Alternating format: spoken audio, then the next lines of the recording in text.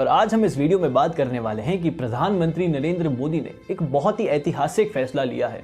जी हाँ, उन्होंने जो 14 नवंबर को बाल दिवस मनाया जाता था, जो हमारे देश के पहले प्रधानमंत्री श्री जवाहरलाल नेहरू जी की जयंती पर मनाया जाता था 14 नवंबर को, वो जो बाल दिवस है वो अब 26 दिसंबर को मनाया जाएगा। गुरु गोविंद सिंह के दो सुपुत्र जोरावर सिंह और फतेह सिंह को याद करते हुए वह बाल दिवस बनाया जाएगा। अब 26 दिसंबर को क्यों मनाया जाएगा, लेकिन उससे पहले हम थोड़ा बाल दिवस जो 14 नवंबर को बनाया जाता था उसके इतिहास में चलते हैं। तो था है क्या, हमारे देश में पहला बाल दिवस जो है वो 14 नवंबर को नहीं मनाया गया, वो 1956 के अंदर 20 नवंबर को मनाया गया। अब 20 नवंबर को क्यों? क्योंकि उसके अंदर वर्ल्ड चिल्ड्रंस डे होता है, वो उसमें सारे वर्ल्ड के जो मतलब पूरे विश्व का चिल्ड्रन डे होता है वो, और तभी हमारे देश में वो मनाया गया। लेकिन 1964 के बाद जब जवाहरलाल नेहरू की मृत्यु हो गई थी तो उनको याद करते हुए उनकी जयंती के लिए इसलिए 14 नवंबर को जो है बाल दिवस घोषित कर दिया गया।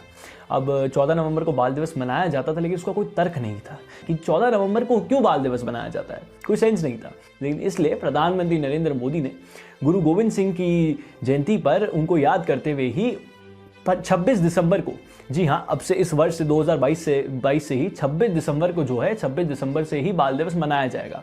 अब वो क्यों? क्योंकि उनके दो सुपुत्र थे, जोरावर सिंह और फतेह सिंह। अब उनको जो है मुगलों द्वारा जिंदा दीवार में चुनवा दिया गया था। क्यों? क्योंकि उन्होंने इस्लाम कबूल नहीं करा था, इसलिए उन दोनों को जिंदा दीवार में चुनवा दिया गया था। बहुत छोटे थे, 8-9 साल के थे दोनों, और उनको चुनवा दिया गया था। उनको याद करते हुए उनकी वीर गति, जो वो वीर गति को प्राप्त हुए, उनकी वीर गति को एक श्रद्धांजलि देने के लिए, उनको एक थैंक्स, ग्रैटिट्यूड देने के लिए ये 26 दिसंबर को बाल दिवस मनाया जाएगा। अब इसके बहुत सारे एडवांटेजेस हैं, मतलब आने वाली जनरेशन को एक प्रेरणा मिलेगी कि हाँ देखिए कि बाल दिवस वाले दिन ही मतलब अब बालकों को ये पता चलेगा कि बाल दिवस क्यों मनाया जाता है। उसे एक प्रेरणा मिलेगी, एक लगन मिलेगी, हिम्मत बढ़ेगी लोगों की कि हाँ, क्योंकि वो दीवार में चुन गए थे। क्यों? क्योंकि उनके संस्कार, उनके माता पिता के दिए जो संस्कार थे उनके लिए सबसे पहले थे। ना कि कोई अगर जान पे भी बात आ जाए तो वो संस्कार कहीं नहीं जाएंगे, पहले संस्कार माने जाएंगे, फिर आपकी जान, अगर आपको जान लेनी तो ले लीजिए, लेकिन मेरे माता पिता के दिए गए संस्कार वो सबसे पहले। अडिलता कि हाँ हम बिल्कुल कितने मजबूत हैं, चुनवा दो दीवार के अंदर, लेकिन फिर भी हम कुछ नहीं करेंगे। ये अडिलता आएगी, हिम्मत आएगी, बच्चों के अंदर एक प्रेरणा जागृत होगी कि देखिए कि गुरु गोविंद सिंह के दो सुपुत्र ऐसे चुन सकते हैं तो हम भी कितने पावरफुल हैं। हम तो एक नए भारत के अंदर जन्म हुआ है हमारा, उनका तो आज़ाद भारत में भी जन्म नहीं हुआ था। आज के मतलब जो नई जनरेशन आने वाली है उनका तो आज़ाद भारत में जन्म होगा, उनके साथ और भी बहुत सारी जो है मॉडर्निटी होगी, टेक्नोलॉजी होगी, तो वो और भी देश के लिए बहुत कुछ कर पाएंगे। तो इससे बच्चों को जो है बहुत प्रेरणा मिलेगी। अब गुरु गोविंद सिंह के दो और बड़े पुत्र भी थे, उनको भी जो है वह भी वीर गति को प्राप्त हो गए थे मुगलों से ही लड़ते समय। जी हाँ, वो मुगलों मतलब लड़ाई में इस तरीके से जाते थे कि वो मुगलों की जो सेना होती थी उनको गाजर मूली की तरह काट दिया करते थे। तो वह भी चीज़ है।